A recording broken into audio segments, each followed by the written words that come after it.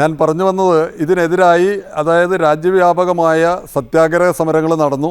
ഈ സത്യാഗ്രഹ സമരങ്ങളുടെ ഫലമായി ശ്രീമതി ഇന്ദിരാഗാന്ധിക്ക് തന്നെ അതായത് അവർക്ക് തന്നെ അടിയന്തരാവസ്ഥ പിൻവലിച്ച് തെരഞ്ഞെടുപ്പിനെ നേരിടേണ്ടി വന്നു. പക്ഷെ ഞങ്ങളെ സംബന്ധിച്ച് ഞങ്ങൾക്ക് അഭിമാനത്തോടുകൂടി ഇന്നും പറയാം, ഇന്ന് 50 വർഷം തികയുന്ന ദിവസമാണ്, 50 ആണ്ട് തികയാണ് അടിയന്തരാവസ്ഥയ്ക്ക്, ആ കറുത്ത ദിനങ്ങൾക്ക്.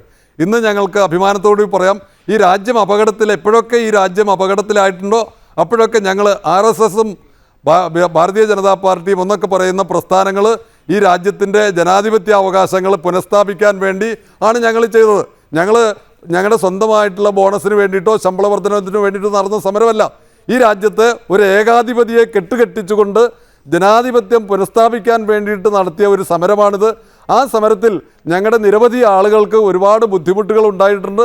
ഇന്നും ഞങ്ങളതിൻ്റെ കെടുതികൾ, അന്നത്തെ പോലീസ് മർദ്ദനത്തിൻ്റെ കെടുതികൾ അനുഭവിച്ചു കൊണ്ടിരിക്കുകയാണ്. പക്ഷേ ഞങ്ങൾ ആ കാര്യത്തെ സംബന്ധിച്ച് ഞങ്ങൾക്ക് അഭിമാനമുണ്ട്.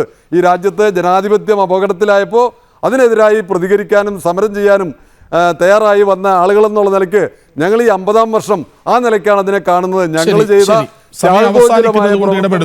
അധികമായി കൂട്ടിച്ചേർക്കാൻ ഇത്രമാത്രം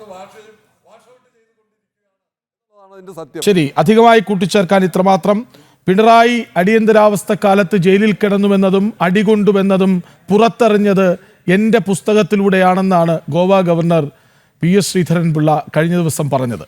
അന്ന് ഇക്കാര്യങ്ങളൊക്കെ പുറത്തു കൊണ്ടുവരാൻ പോരാടാൻ കമ്മ്യൂണിസ്റ്റുകാർക്ക് ഭയമായിരുന്നുവത്രേ.